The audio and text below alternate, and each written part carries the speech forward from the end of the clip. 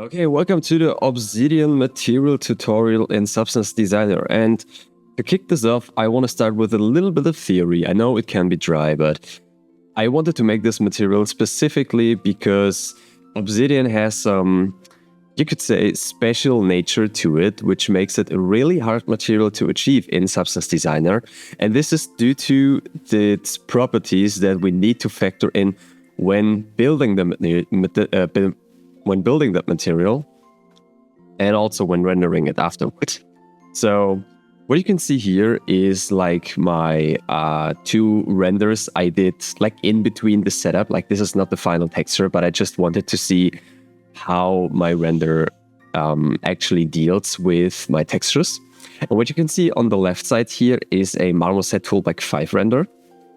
And on the right here, we have a Octane render, like the Octane plugin for Blender. You can see some noise here. This is just because I didn't put in too much samples. It took too long to render for me, and I just wanted to get a feel of like the correct reflectivity, the specularity, and like some features where I need to pay attention to. So the reason why I'm like pushing this before we start with the actual material creation is that from a first glance, I am sure a lot of people would consider, like if we need to value what looks better, most people would say the left side looks better. And there is a reason for it, but at the same time, this is like the key element why I wanted to bring this up. The left render is, theoretically speaking, wrong. And we're talking about physically accurateness, PBR in general, material authoring, and what actually like made this material or like this specific render look like it is, versus compared to the right side where I actually authored a correctly set up material specifically for the characteristics of Obsidian. In the render engine that is like, I would say, better or more advanced in the ray tracing algorithms or the path tracing algorithms they offer. Again, this is arguably, you could also say like the right side looks better, but not because of the accurateness. Like you don't know from just looking at it which one would be which engine. You could guess it, but what I'm trying to say here is that it's not particularly wrong or bad to think the left side looks better or actually just use the left side as your final output. But there is a reason that I'm bringing this up, and like for me, the left side is what I typically see or expect to see when I open up ArtStation and go through different materials. Like I'm searching for Obsidian in the search bar, and there are coming some materials up, and I'm expecting the left side. So this can be a good thing because either your search is successful and you feel like, okay, yeah, this is the reference I'm going for.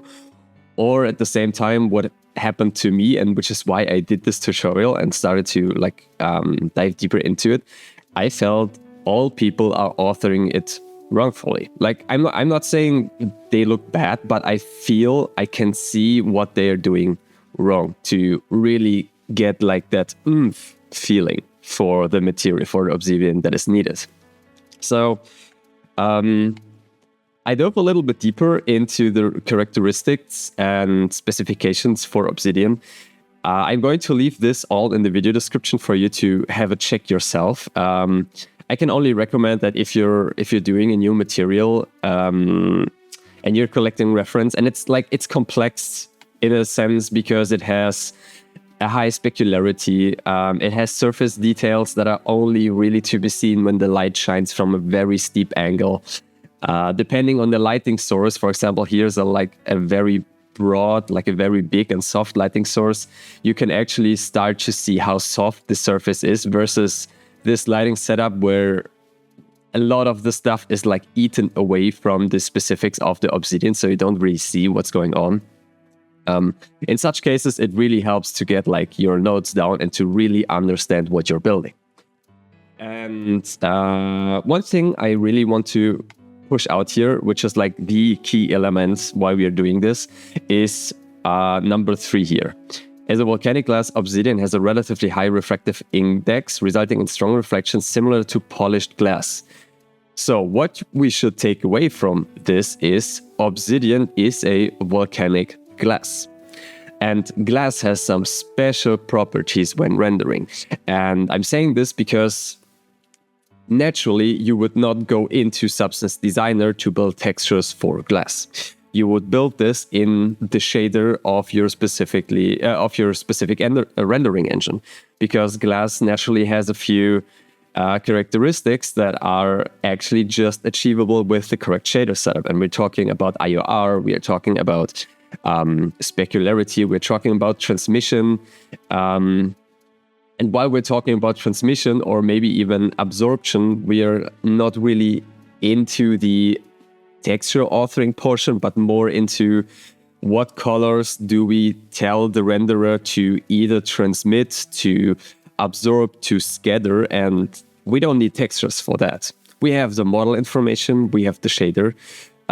So it bears the question, why would we even consider doing this in a classical texture authoring way when it's actually a volcanic glass that could be authored only using a renderer? So going a bit further down the line here, you will see like the surface structure where we're talking about conchoidal fracture patterns, micro scratches, and so on and so on. These effects are also all achievable just maybe in Blender, for example, using some noise manipulations. But at this point, we could say, like, let's just do this in Substance Designer.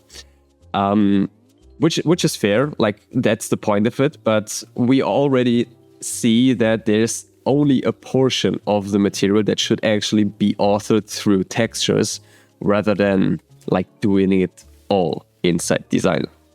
Again, this is going to be in the video description. I'm not going to go over all these points because we're more or less doing this in a tutorial now. But just to give you a quick idea, these were some of my main references. And what you can see here is that they are all so much different into each other, even though they're like positioned next to each other. We have some like very high reflective, like the glass-like polished obsidian, which was one of my main references, by the way. And then also we have down here the actual obsidian. This is how obsidian looks when you're mining it, or when you're, when you're finding it in the nature. It's not polished, it's rough, we have very low specularity and reflections. We barely have like these sharp edges. So this could very well be mistaken for a generic rock, right? Versus on this side, well, you actually have some example here down there, which bears some contrast to the rest.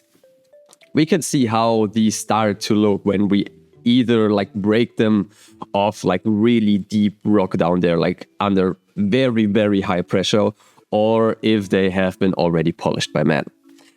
And this is important to note because we naturally, like in the real world, we get from this, or better said, we get from this just by applying more pressure or by polishing it, like man-made destruction, man-made erosion on surface details over to this. So we barely find this in nature like this. And there's a transition from the rough state to the smooth state. And these are things we need to consider before building that material, because most people would just go into the final state and try to completely copy what they see. For some materials, this might work, but at the same time, you're falling into a trap, because if you are unable to reproduce the details or the textures so that the renderer can author them correctly, you won't get to a result that looks correct. And what you're doing then is to like take the in quotation marks cheap path or easy path, plug this all into Marmoset, and you start tweaking your sliders until it looks roughly to what you want. Which is, again, if we're speaking about art, there's no specific wrong or right. If it works out, if it's for an isolated render, good job. You obviously have a good artistic eye to fake the shit out of it. Okay. But let's say we would use this in the production and we would need to render this specific material alongside other objects. Let them be different metals, let them be water, let them be, I don't know, just some generic wood. And our lighting and material setup is so messed up setup, we would see some irregularities. We would actually see that it's off, or we cannot render both at the same time correctly. So this is the reason why we want to have a proper shader setup. And I want to bring up some examples. You probably recognize them. We got Christian Termacant, Daniel Tiger, and Enrico Termacant here, which are outstanding artists, and all of them tackled the Obsidian material, and all of them did a great job. Like, looking at these, they're spectacular to look at. But they also all did the same thing, again, in quotation marks, wrong, which is to neglect the actual properties of the Obsidian. I think Christian's looks a little bit metalness-like. Like, I cannot really say what it is with it, but it feels metal to me. While Daniel's mostly feels like translucent, like you have some, I would say, gemstone or like very thin structure, and he also works with like iridescent film, which is fine. But again, this is like faking the effect that should happen inside the Obsidian. And we're not really looking at glass here. And at the same time, Enrico, like, he made a limbo between both. He is more to the rock side, so it looks more natural, but we also got like specularities on it. And again, they all look fantastic. Like, don't get me wrong, they all look fantastic, and it's like an artistic process. So there is no wrong or right. But I saw these, and these are the artists I'm looking up to, right? This is the reference I want to look at to see and to compare. And I noticed they're all like, again, not doing it correctly how we could tackle this thing. So with this set, we're jumping right into the material now, and I'm going to explain every step that I took. And also, we're going to have a quick look at my marmoset render and probably even my octane render, but I gotta see if I cleaned up the graph. All right, so now with all the boring theory out of the way, we can start to get into the material. And I'm just going to zoom out for a second. You're going to see that the whole material is actually quite slim compared to what it could be and how I usually work. Because from my point of view, most materials really just shine and get to life if you start layering a lot. And you will see me doing a lot of layering stuff and iterative stuff in here, but it's boiled down to really just the essentials for that material to work.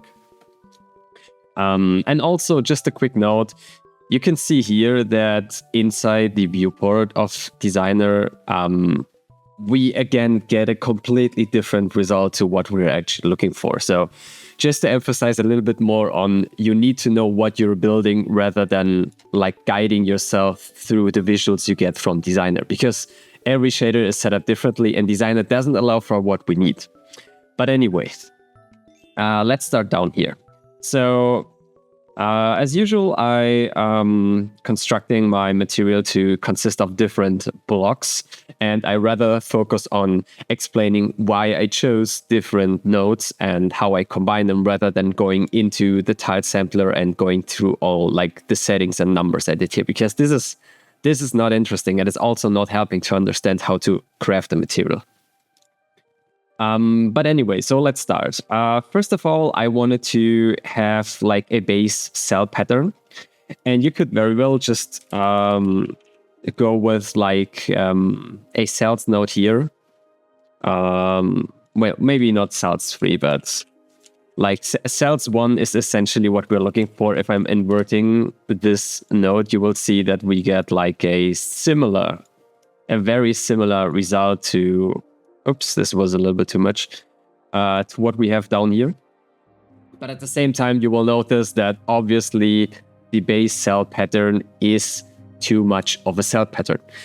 One of the key elements to get like really good materials is to get rid of the procedural stuff you will notice along the way when building a material. So in order to do that, I would have had several options. Probably the best option would have been to just craft a FX map and like scatter my input shapes in there and layer several octaves in there as well, because it's very versatile and very fast to do. But in order to keep this like more towards the artistic driven theory of the material craft, I chose to roll with tile samplers, which you can see like have a lot of impact. I mean, we're on 4K, which is okay to have like higher computational power, of course. But at the same time, like this is very, very slow. So tile samplers are very important, and for stuff like this, you can very well just use an FX map. But anyway, we are here to make it simple. So the first thing I did here, I'm going to make this a little bit bigger. The first thing I did was to craft like an interesting input shape. And while this is like nothing special, it's really just a cube 3D warped slightly and then use the multiply node to get these blob shape again. It makes a difference because, again, we want to break up the cell pattern as much as possible. So even slight tweaks beforehand just help a lot. So the next step was to like plug this into my tile sampler. I think I chose like a slightly offset X to Y amount just to like stretch them a little bit into one direction, which helps to produce this like very long molds that we usually see in the Obsidian. Right, and I just worked with like random scale, random offset, random position, not too much the random color, which usually is the key element you want to have from the tile sampler, just because we're going, we are not going to mess with the height interference yet. So again, I just sampled those, took a levels node to bring the range a little bit more together, and in the end, just use an auto levels to like separate all the frequencies again. So I have like this very strong molds and the high peaks here. And what you can see already, even though it's not a special setup, just with this little tweaks here, I managed to get like really strong cuts in here in the cell pattern, and also have like some slight discontinuity already in that molds, which is like a perfect setup for this kind of material. And I basically did the same again, but this time not relying on my input pattern, but rather like I think I just used a paraboloid here, stretch a little bit more, like 2 times the resolution in Y to get like longer streaks, and just inverted it. And you can see, again, this is already more of a cell pattern we want to have. Next up, I just blended them using a screen node, and you could experiment with how to blend here, but I wanted to have a screen because it was important for me to get more of the peaks inside here, which naturally break up the cell pattern without getting rid of the actual molds. And then again, an auto levels at the end here, just to make sure we are getting the full range. And sometimes you won't notice a lot of difference here, but it's just like a safety check. You can see it's a little bit darker. But because all right, so this is my base cells. It's like the initial height that we're going to work with further along down the path. And as you can see, it's nothing special. It's highly focused on just breaking up the usual cell pattern. And by doing this simple setup, you can see that we already get some kind of sculpting in here, like how the trim dynamic, how the trim adaptive brushes would work in ZBrush. All right, moving on, we want to have some frequency peaks, and I'm going to quickly grab a normal Sobel node here with really high intensity to showcase what actually is happening here, because we are working with very slight values, so they are not directly visible. However, I'm going to zoom in a bit.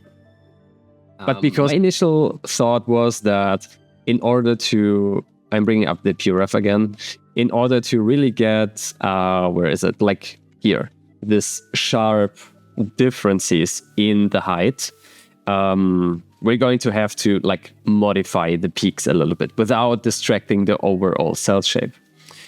And but because quickly showcase the difference here, you can see we have like very fine block shapes around our peaks here. They are like more pronounced towards the higher areas naturally, which you can also see in the height here. But we are going to get rid of that sooner or later. So first of all, it was just important to me to isolate my peaks, or like Yeah, let's just call them peaks from now on. So it was important to isolate these, and there's several techniques to do that. But if you're trying to modulate them with blending a noise on top, you have to make sure that your input, like your mask, is actually quite blurry. So I just chose to go for a curvature to really isolate them, blur them, so we have like a smooth slope down there while still preserving the peaks. And then we're multiplying this over. And it looks ugly right now, but we're going to get rid of that in a second, because I now know that all those areas are modified, even though it's just slightly, they are modified. And next up, I'm going to do a simple clamp to cut down those values again that I don't want to have in here. So you can see this is all the area that we don't want to have.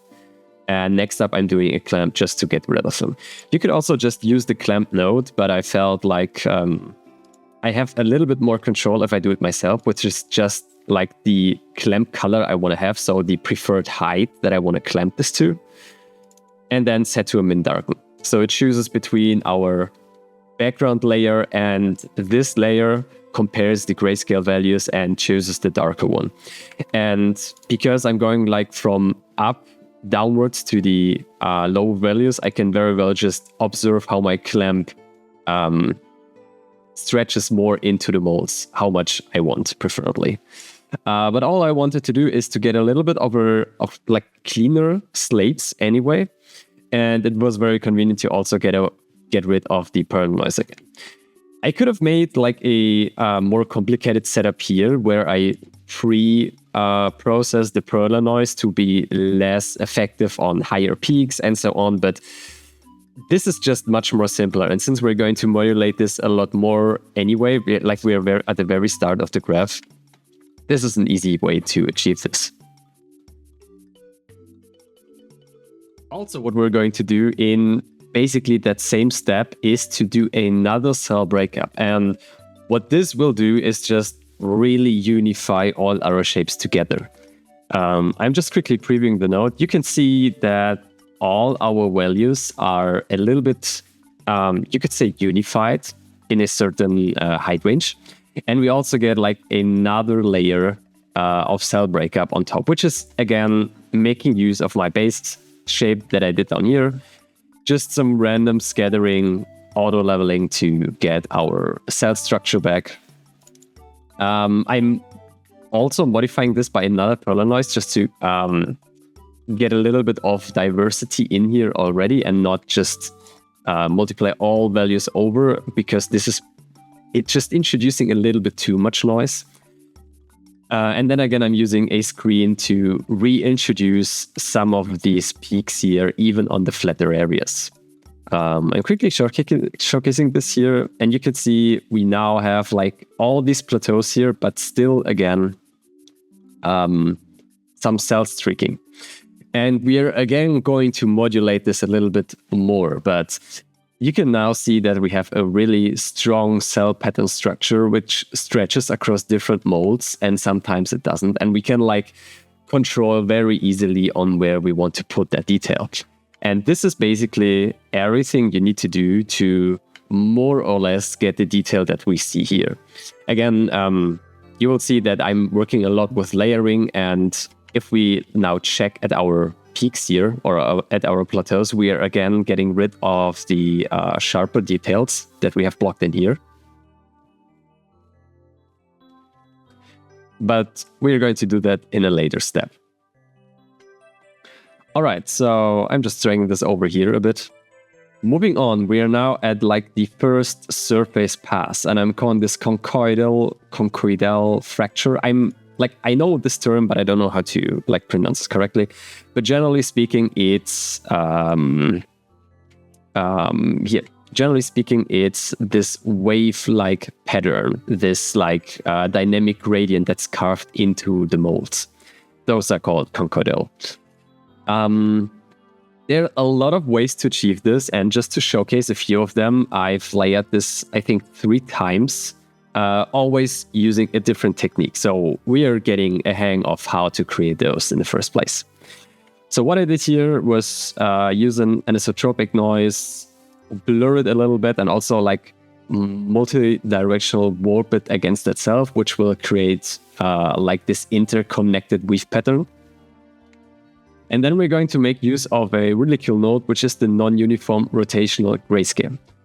And to get an idea of how that actually works, it's simple. We have a rotation map, and that controls through grayscale values how strong at that specific pixel the underlying image is going to be rotated.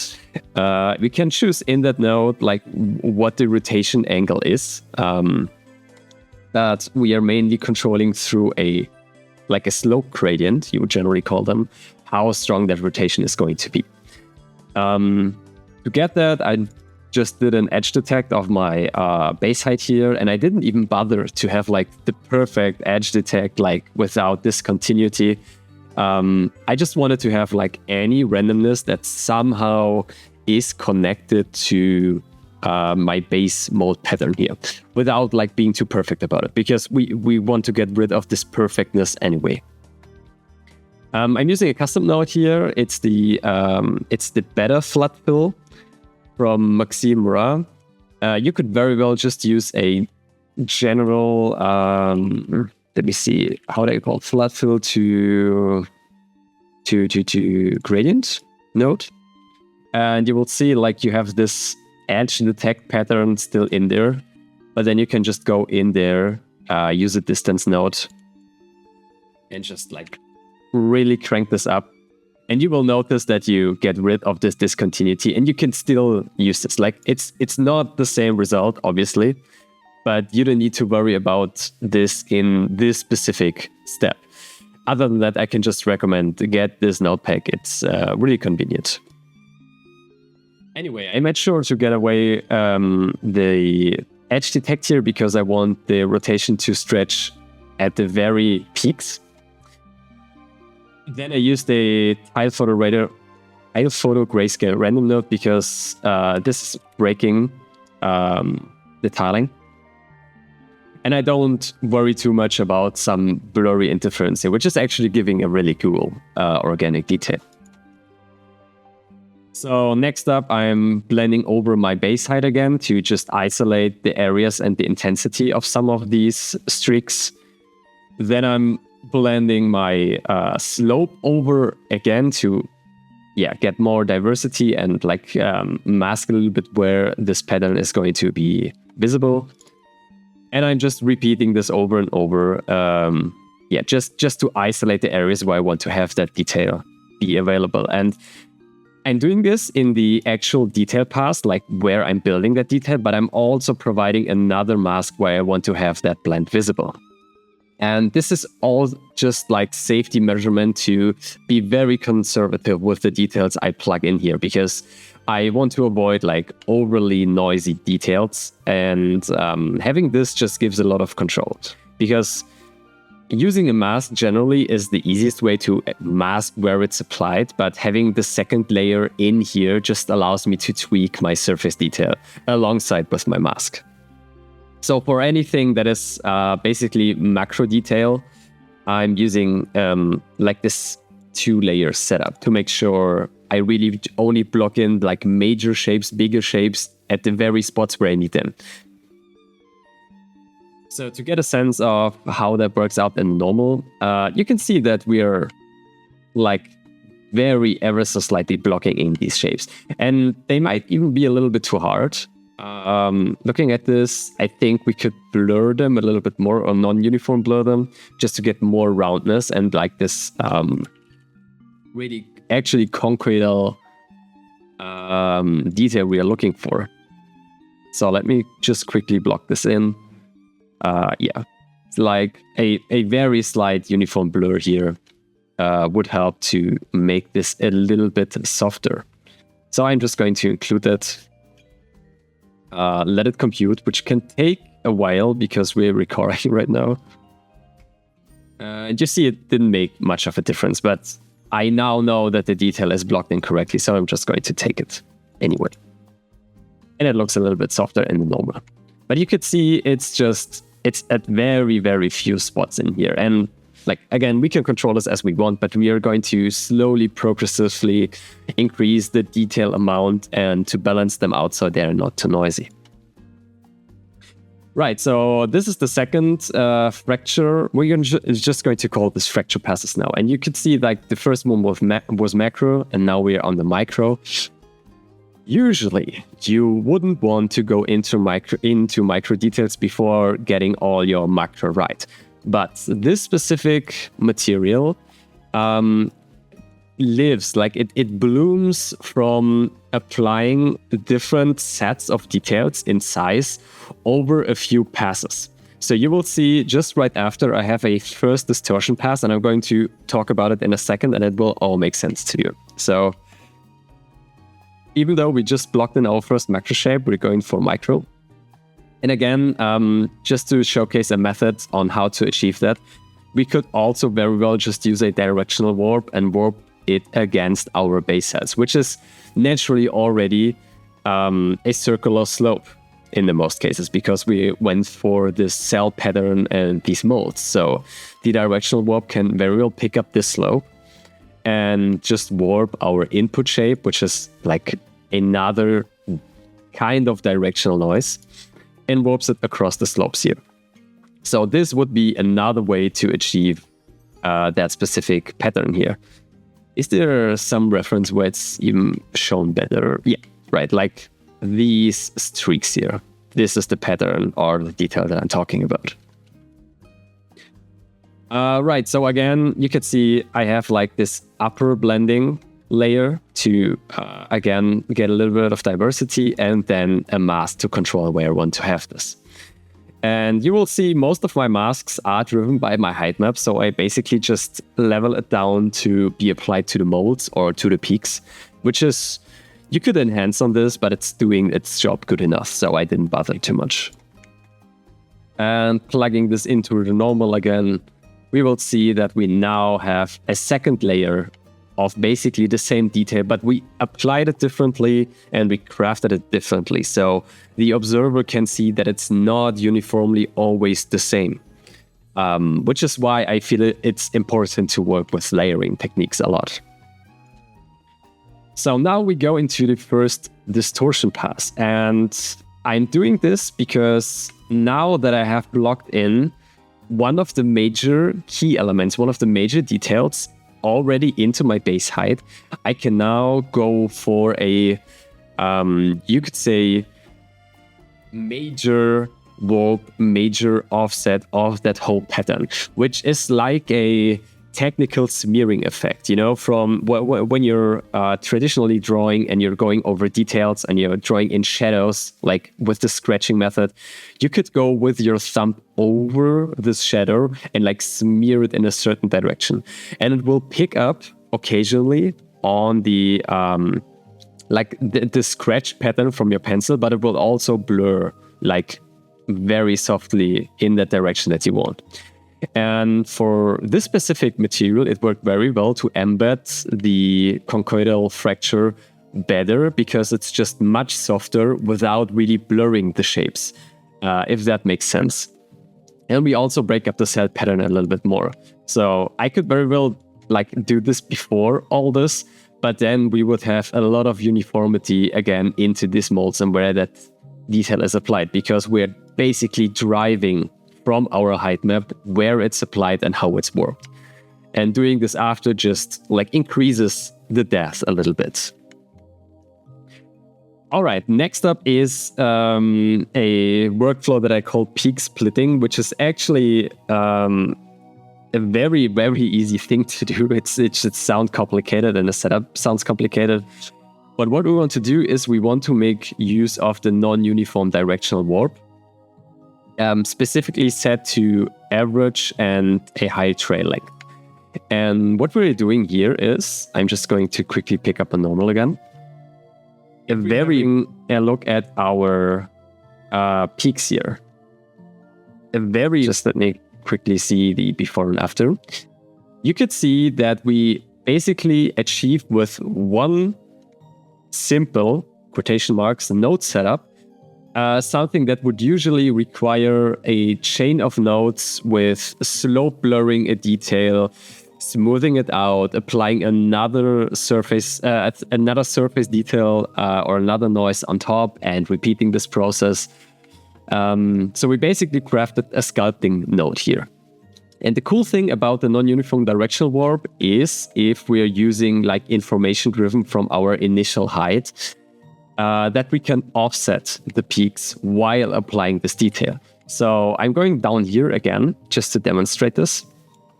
We have like this very continuous line here. And now when I apply this, and I will explain how I did this, we get like still the curve that we have here. It's still there. We can still trace it like a real edge, but we warp it, offset it, and also apply noise in here. So we just increase the discontinuity and the more organic feel without actually chipping anything away from our initial base shape. So how does that work? The idea is I'm just going to quickly copy that node here and demonstrate this with a setup like this, where we're just using our intensity map and our input to be the very same base. And you can see that we're like basically blurring or offsetting our slope. And our peak is still here, like it's visible, the initial shape, but it's completely smoothed out, it's blurred out. And the stronger we get with this effect, you will see the smoother our overall appearance is going to be. And I wanted to avoid this. And to avoid this, we need to make sure that whatever is our intensity map varies to the peaks. Like we want to have a very high frequency input that drives this. And also we want to ensure that the warp angle, so the actual direction where this warp is happening, is kind of random and kind of locally placed. So what we need to do is to drive our intensity map to be like a little bit smooth, but limited to the peaks again. And this is easily achievable by using a high pass, leveling it. And you can see like we basically got a mask now, but I still blend it with some random noise. This is like an extra pass to just get more diversity in here. Then I'm using another mask that I created here to limit where that detail is applied. Again, we don't want any uniformity. We need to layer those details at different areas. And I'm going to slightly blur this just to make sure that we don't get too hard edges or too hard cuts. And this is basically it. Like the node does most of the lifting. We just need to know how to use it.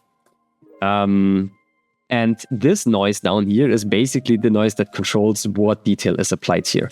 I didn't try it with a different noise, but we could very well just plug in a moisture noise here and have a look how it feels, or if this is maybe better. And I think it's quite similar. I actually like it as well. I might even keep this over the other one, actually. Yeah, but just to make sure you understand what's going on here, this noise drives our directional warp angle, or our warp angle specifically, and this will cause the map to warp in lots of different directions, which causes like surface noise, basically. I hope that makes sense. Again, you can ask any questions in the comments or hit me up on Discord. I'm very happy to explain all this again. All right, and next up, after we did this, again, these two passes are basically another modification of our base height now, which has already embed details. We do another crocodile fracture pass, which is labeled here as breakup. And generally, this is now the only time where we're applying some uniformity, because at this point now we have so much discontinuity embedded already in our height map that we are like very much free to do this. And here you can see another technique to apply this effect. I'm using a different directional noise as my input.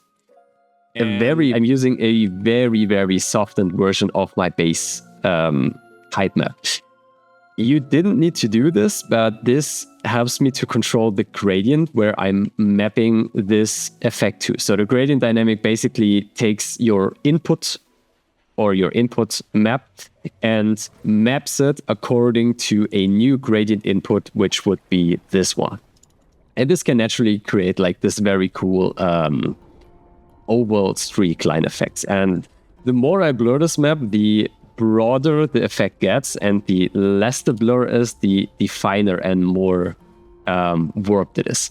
So I could just very well control how my effect is going to look by just increasing or decreasing the blur here.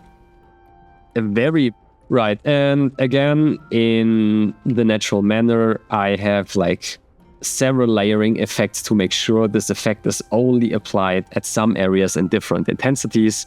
And I have another mask down here that drives this effect. So it's just the same process over and over with different techniques. And this is key to get a really good material. Trust me on this one. Just repeat several steps, several imperfections and details you want to put in. Repeat them over and over and try to mask them and layer them as good as possible. Again, I'm not going to explain exactly what I did in this notes here. It's mostly just the chain of high pass, some histogram, and some levels, like always. You will see this across all my graph here. All right. Having this in place, I would say that my base height, like the actual detail that the height needs to reflect in order to shape that material, is done. We will have a post-processing part later in that graph. I will get to this, but we cannot apply this right now because now we need to make sure that we actually get some surface noise in here, because have a look at our rocks here. As I said in the beginning, we actually transverse from like this rough initial stone we can find to a polished version. And we also see like a lot of edge damage here and surface imperfections along the way. Again, don't get too fooled about what you see, because lots of the color detail, which might be mistaken for some fracture or surface noise or like some impact on the actual surface, is actually color that is encapsulated inside this glassy volcanic rock. So you need to make sure that your reference shows different light angles so you actually can pick up what is surface noise. And if we have a look here, I know it's a little bit blurry, but if we have a look here, we can very well see that there are a few dents, also some scratches, and actually like diffusal noise on our surface. So there can be some, but we need to make sure which are actually details that we want to have outside, because our normal is going to pick up on this. And this can get very noisy very soon. You can see it here. Like too much surface noise just completely distracts the reflection, and we don't get any more clean reflections as seen here. So,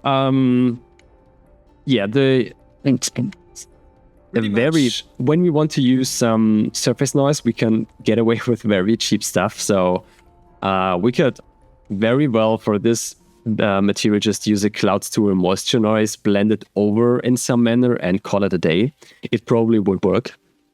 But I wanted to explore a few different techniques, again, to make sure that we get a lot of organic variation with very few nodes. So I'm going to zoom on this a little bit. And I'm using a black and white spots tool, which is one of my favorite nodes.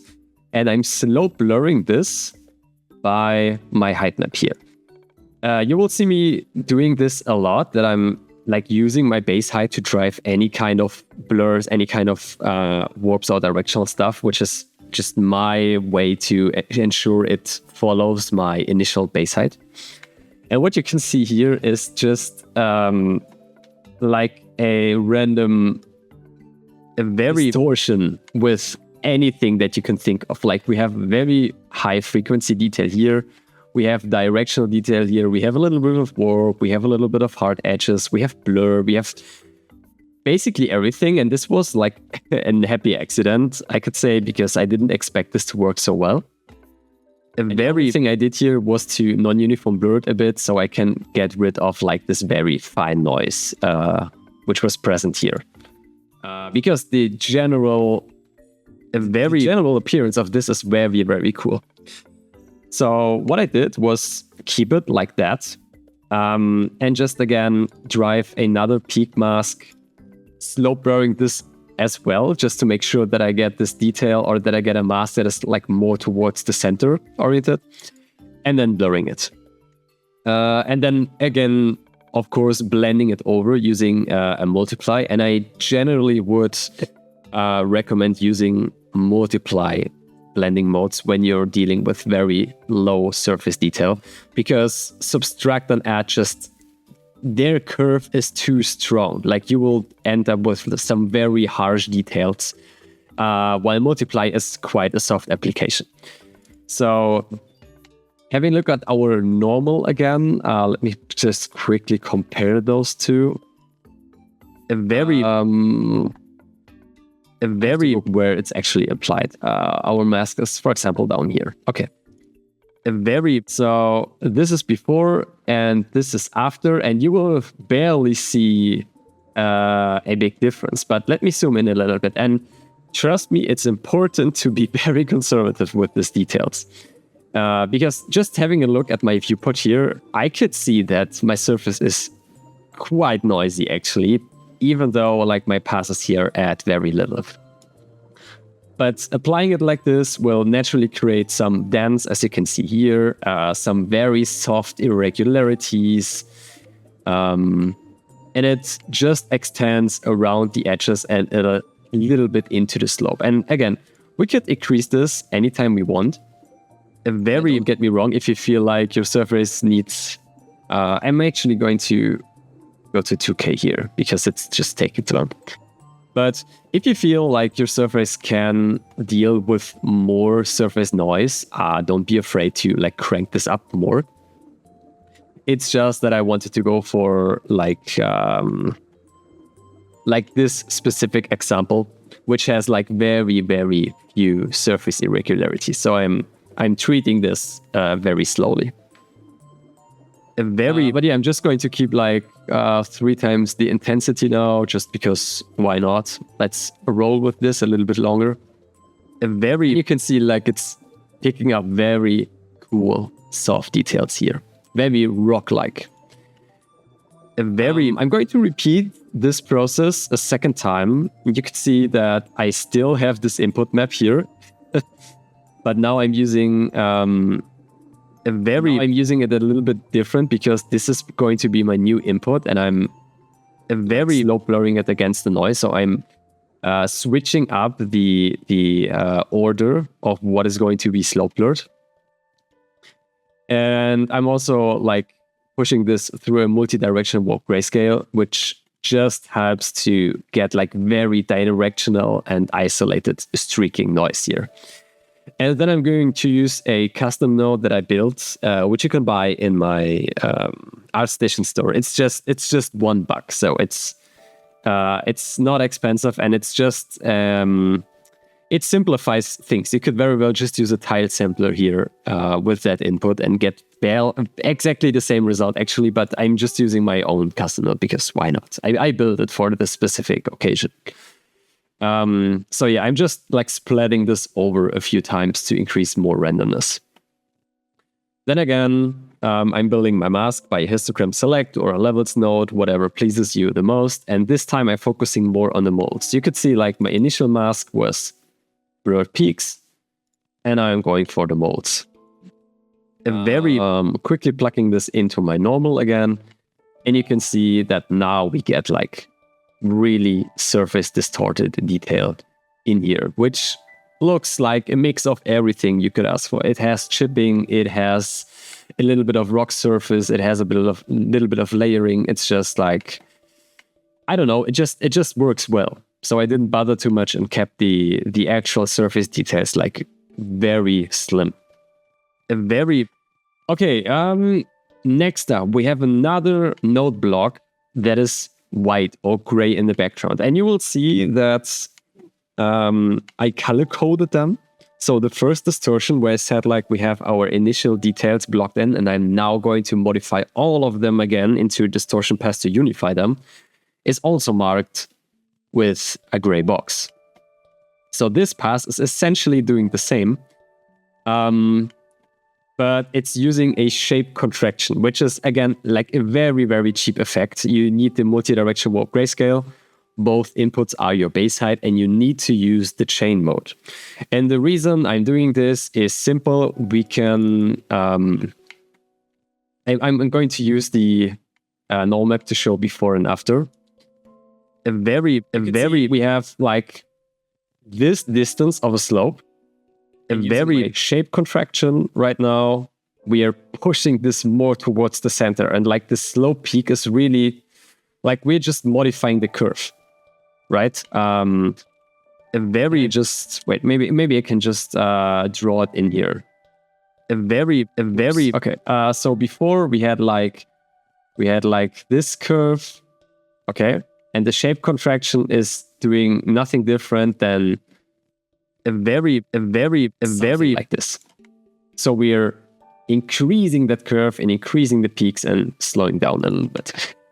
Again, I'm using this after I did my surface details here, because now I am able to pick up all the details that I have close to the slope in here and also push them more towards the peak, which will essentially help to craft that specific irregularity detail that we have in here.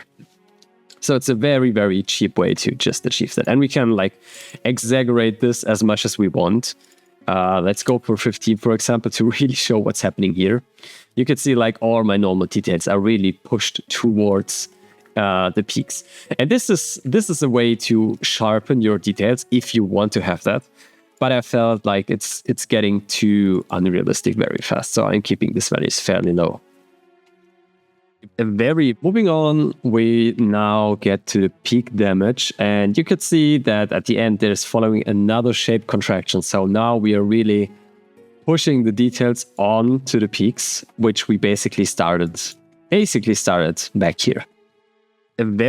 I'm just going to quickly guide you through this. So I'm using another like peak mask to scatter this input shape. You could very well just any shape. I just happened to try this out and it worked quite well. And I'm going to like modify warp, slope, blur, and whatnot even more until I get to a point which is like having this kind of chip damage in my histogram. Like it's very chippy, but along my peaks. And then I'm using a beveled smooth to make sure that the chip detail is pushing inwards, that we really get like a direct impact that is affecting more on the center and less on the outer bounds. I'm blending this with a uniform color, like a pure white, which could actually be set to 16 by 16 just to save some resources.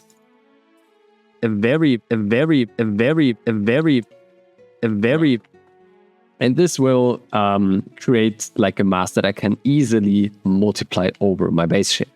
Again, I want to use multiply and not a subtract because it's just smoother. I'm slope blurring again just to apparently create some harder cuts in here. I'm blending this over my peaks, which I don't need to mask anymore because with this setup, with the tile sampler setup, I know it's only happening on the peaks and where I want them. So having a look at the normal, we could see that now we start to really get in a little bit of harder chipping along the edges. And again, I'm very conservative about this. We can increase the amount in the tile sampler and also adjust the mask to like include more areas, but I just wanted to have like on the very outer and highest peaks in here. Next up, we're going to use another shape contraction. And as I said before, it's just pushing everything more towards the peaks. So doing this, you could see now that the damage that we had before here, which is, it feels a little bit of like placed on top. And doing this pass after just unifies this and helps to get like a sense of direction in there. So we got a few more passes to go, but I will keep myself shorter now because the actual theory is there now, so I can like move faster forward through this graph. We got slope damage. So the thing about slope damage is very easy. We want to damage slopes. So I'm again using my height as a base to like basically identify where slopes are. And here I'm going to use a shadows node, which like helps me to create a directional slope. Like I can control where the shadows are coming from based on the light angle I set here.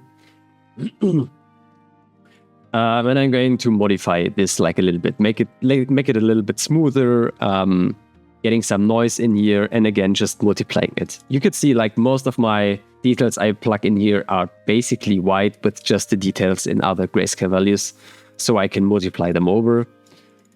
And very good, a quick before and after. We can now see that we're like again layering a little bit more detail in here, just like around the slope areas. Now we go into smear damage, which is an interesting term to say the least, because smearing usually blurs stuff away. But having a look at before and after, this is technically something I should also color as a grayscale box here, because we're affecting our whole very light, but it's directed to be like explain this. It's not directly related to the actual height, but rather like a really, really uniform application. Like it's randomness applied all over here without like following our base height. So I might have called this smear damage because it creates some damage along the way. And you can see like now we start to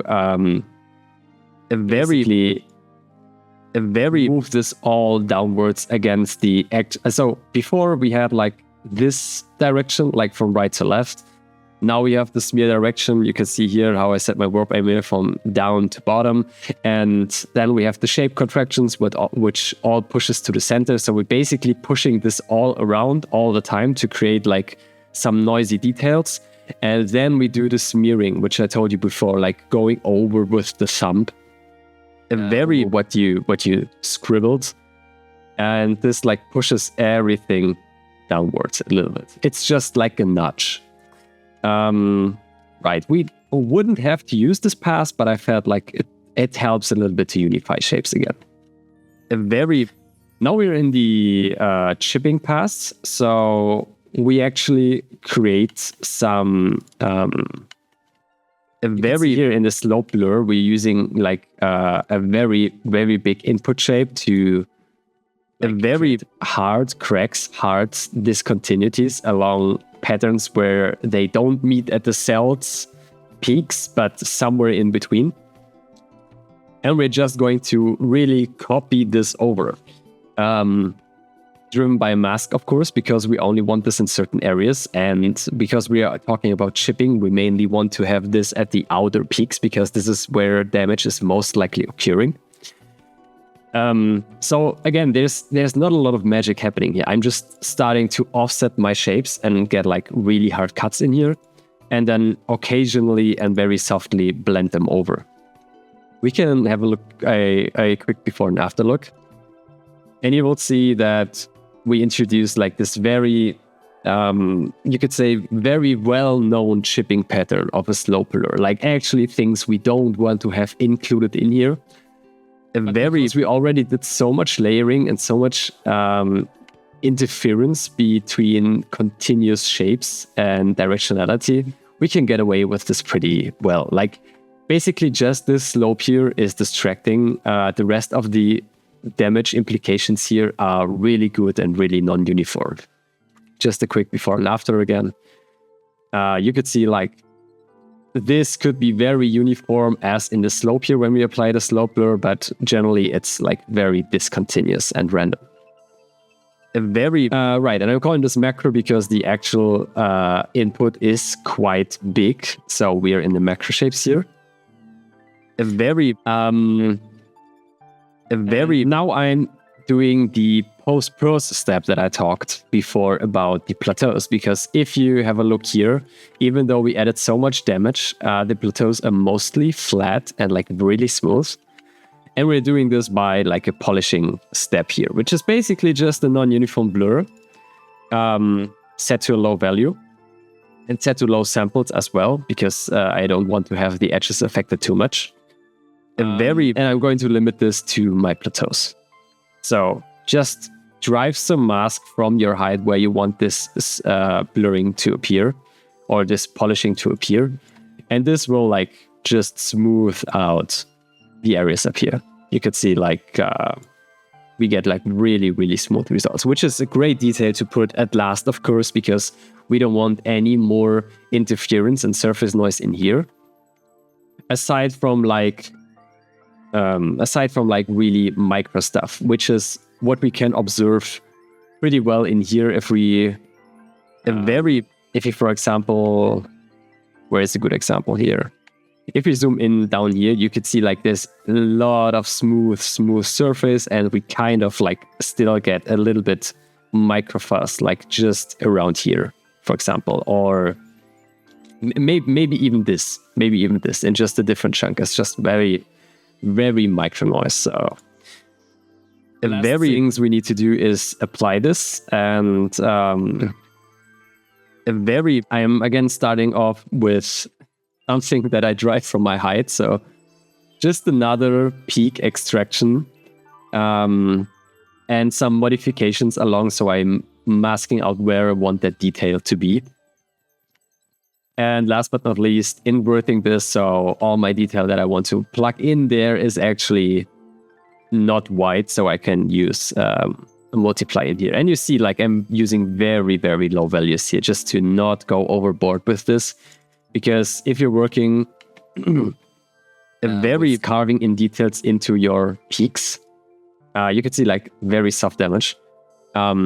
If I just slightly increase this, we start to get like really chipping inside, like it's beveling inside our peak, which might look cool in some occasions, but I felt like if we have a look at our final height here, it just feels a little bit odd because we already did so much shape contraction towards the center. And now we get like this little peaks here that somehow carve in again. And when we're looking at this from like a macro perspective, like here, it just feels very unnatural. Like a very, I wouldn't expect this detail to happen or this damage to happen in nature. So I just went with like very, very low amount just to like get a sense of it. Then again, I'm doing another lamp here just to get rid of a few of these smooth and detailed areas again. Just like cleaning shapes, like really getting this polish pass in there now. Like now we're at this point where whoever treated this obsidian stone, whoever treated it and polished it and worked with it, just goes over with the machine, makes sure it's really, really soft and sharp and reflective. So this has to be one of our last passes naturally. And then follows just a micro damage and scratches pass. Like you could split this in even more nodes and layering setups, but at this point I was a little bit tired of working on it. And at the same time, it's not too much needed because you can do like the layering here already. I'm just going to quickly go through these steps here. And you will see there's a lot of buildup happening with different intensities. And when you do this in one pass here, you could again just get away with one simple blend. You'll see me using some bitmaps here. This is external data. You will not find this in the native Adobe ecosystem. These are custom grunge maps I did. They are scanned and hand-tiled, so I will provide them for free in 4K, so you can work with them if you want.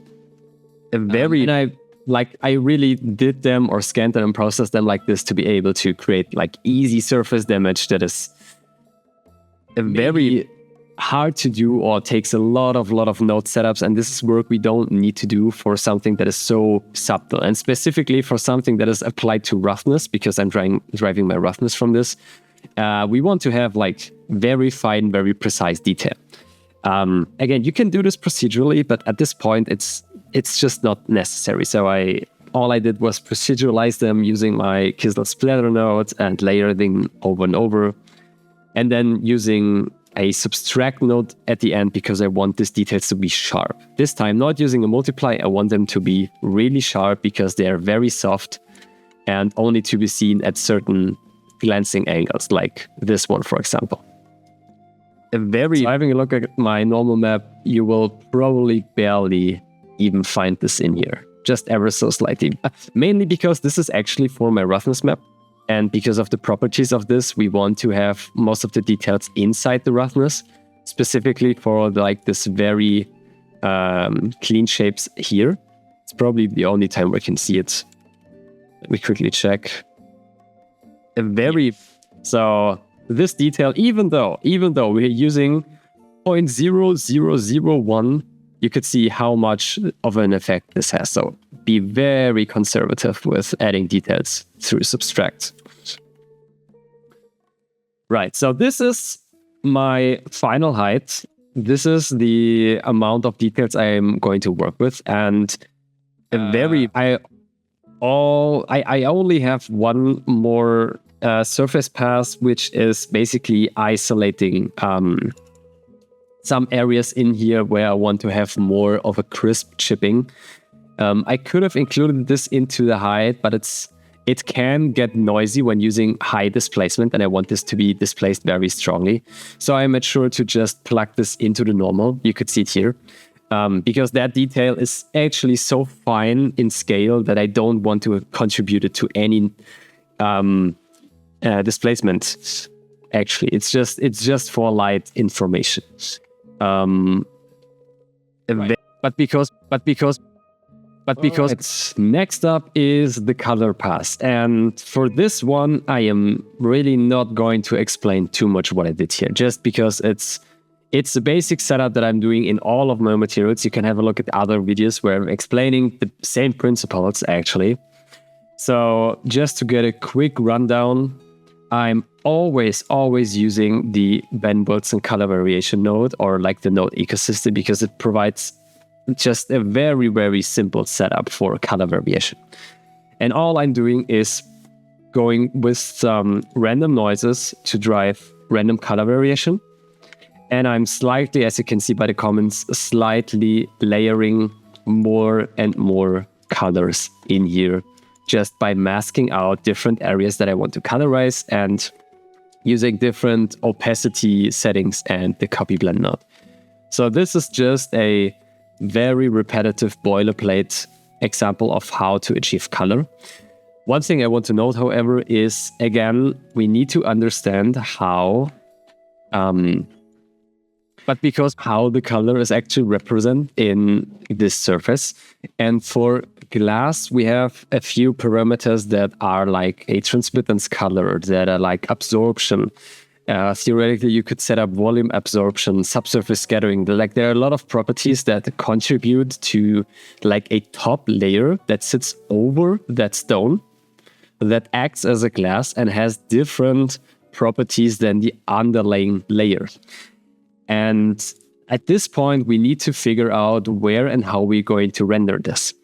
So because I wasn't too sure about how to achieve that later on, and because I also wanted to create different possibilities, what I did is to treat my base color as if the base color, or that layer of coloring, or that layer of material here, is treated as a base layer that has another coat on top of it.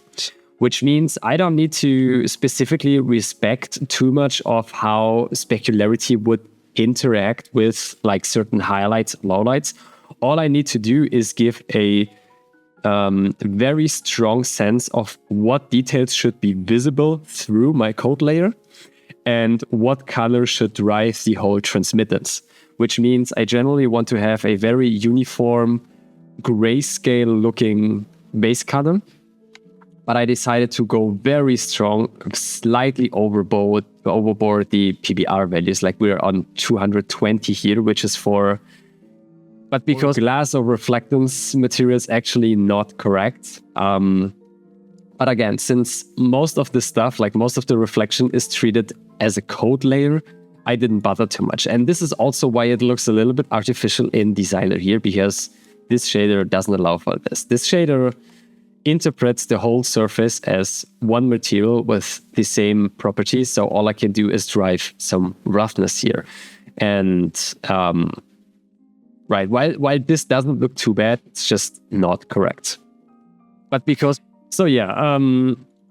recap, all I did was to create some base noise here and incorporate my roughness details as very strong white specks to make sure that the code layer can pick up on those. Because if we look at the reference, we're looking directly from the front at pitch black here, because that surface layer is not letting anything through from below. But once we curve it a little bit and the light is coming from the side or from the top or from bounce, we can see like the underlying specks in here, which are very prominent in color. So this is the whole idea of it. Right, so here's my final height, nothing too special again. Just, again, blurring it a little bit. I'm doing this always just to make sure we don't get artifacts when displacing like high values. And for the last portion, I'm constructing my roughness here, which is a really important part of this material. Again, you need to think of where is this roughness going to be applied? Is it for my base layer? Is it for the coat that it's going to have? Is it maybe for the transmittance or translucent layer that I'm picking on top of the coating? You have to keep that in mind. And for this specific material, it was clear that my coat would drive most of the roughness because the underlying layer is affected by the IOR and transmittance of that glass layer that is on top. So I can treat it like a reflective surface. I don't want to treat it like the stone that I built below. Like we basically built this foundation here. But because I want to treat it like the layer that sits on top of the stone that makes it to look so glossy and so shiny. So we're going for a very low and dark roughness here. Basically, I'm layering different levels of my, but because of my base color, translating them into a grayscale version, a few levels, and then I'm slowly screen blending the details that should have less roughness, specifically those that are affected by damage or by micro details. And those are just getting layered on top. And I'm doing nothing special here because you can see two of those blends are directly taken from my bitmap here. So I'm not even picking any of those that I used here to craft that like damage surface layer. I'm just using the map directly to create a little bit more of variation. And this is like, you could call it like a base roughness because I am overlaying like everything that I need to have in roughly the correct range, bringing this back into the actual range that I want to have for my reflectivity. And then as a last step, which I always include, is to go at the very end from my base color, again, convert it to a grayscale conversion and blend it on top using a copy value, because I just want to like really just lerp between the correct range that I need and another detail layer that I drive from my color. This helps to really embed the roughness into your color, into your roughness, and just unifies the whole material as a whole. And it also makes it a little bit easier to like control how rough or how reflective I want my surface to be, because both of these, you could say roughness levels or roughness shapes that I have blocked in here, both work well for themselves. Like both of these are correct technically and represent some kind of obsidian that I would expect to see or expect to be reflected here in my final render. And just using like this copy here is a basic version of Unlearn. Right, and then we have an AO pass here. Just to quickly mention this, we don't want any AO map, period. While this helps to drive artistic details, and while it can help to build a better base color map, it's not usual to have an AO map in a correct PBR setup material, just because AO is something that is calculated on render time, and like complex geometry does it by itself. And in modern renderers like Marmoset, like Unreal, like Blender, all these include natural ambient occlusion when picking up displaced meshes. So including this map would just create even more contrast, and this just looks stylized. And it's technically wrong, because we don't have any more occlusion in the molds when we're dealing with glass, because this is driven by transmittance and not by fake ambient occlusion. So I have this map here because you can see I am driving a few parameters, a few masks in here by the AO, but I'm not using the AO as my output. All my output is like, actually my roughness as well. I just forgot to output it, but actually we also have a roughness output. I just forgot to include it here. I'm just going to quickly do this. But because for the sake of completeness. Right, and I also don't need the metallic, it's just from my basic setup. But because, and this is the whole Obsidian material. And now we're going to have a quick look at my render settings in Marmoset to explain my thought process. Right, so having a quick look at my Marmoset settings here. I'm doing like a regular displacement setup here. Nothing too fancy, nothing too special.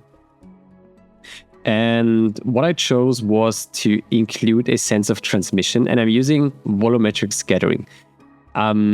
Theoretically, you could use different stuff here, and it's not limited to volumetric scattering to achieve that effect. But I felt like regarding the properties of that obsidian, we actually have some kind of volume depth to it because it's layered of different components. And I wanted to include like a slight like green tint. And if I'm exaggerating this here, you will see or notice that we get like a very slight like volumetric color scattering just below that surface. And to even achieve that surface, or to have that surface, we need to go a little bit down here into the clear coat reflection and go from none to GGX. And what that does is to really include another coating layer that sits around our base rock. And that is driven by like a roughness map. And you can see here, I'm using really the same roughness input that I have for my upper one. While this is set to a roughness of 1 to make the base layer a little bit rougher. This one is actually like tweaked more towards like the lower part to increase more reflectivity just on the outer bounds, which kind of deals with that very soft and very cool reflections in here. Also, I'm going to decrease this again because I feel like it's way too strong. Alternatively, you could also and also you need to include the clear coat reflectivity and the refractive index because you want to treat that coat like a glass layer. You will see that if I turn this down like to 0, we get like a very broad and like default looking result. And the higher I tweak this, the stronger the reflection is going to happen. And for a glass of that type, we have like 1.45, which is a good value to like deal with values in between. You will see I'm not using occlusion. It just happened to have this open accidentally. But what I wanted to show you is that you can also go into the clear coat reflection and use Newton's ring, which is it's acting like a coat, and it creates this like iridescent effect that we also have in here. But it's not directly a coating layer. You could see that my like specs, my highlights here are now really pronounced and really like off-putting. Of course, you would need to decrease the strength a bit just to get like a hint of this color effect, which is really cool. But at the same time, we are not able to use the same coating layer, which is why I told you in the beginning, a correct setup, like you cannot achieve this right now with Marmoset. I noticed that we now have layers in here, so you could add another material layer, but apparently that mask is always driven by a mask. So basically by a value rather than by physically correct material layering. I can quickly see if I can load up my Octane file here, just to give you an idea of how that's looking.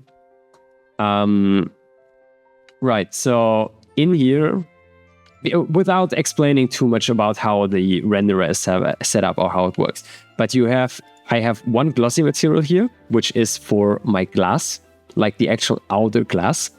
And I have another specular material here, which sits below that glass surface and is also treated like a volume and has some kind of absorption. And I can layer these with an actual mixed material, which is just layering those on top of each other. Let's have a quick look on how this works right now, if it even renders. I didn't check for it. But generally, this just helps to create the actual depth and the actual correct setup to make that effect possible.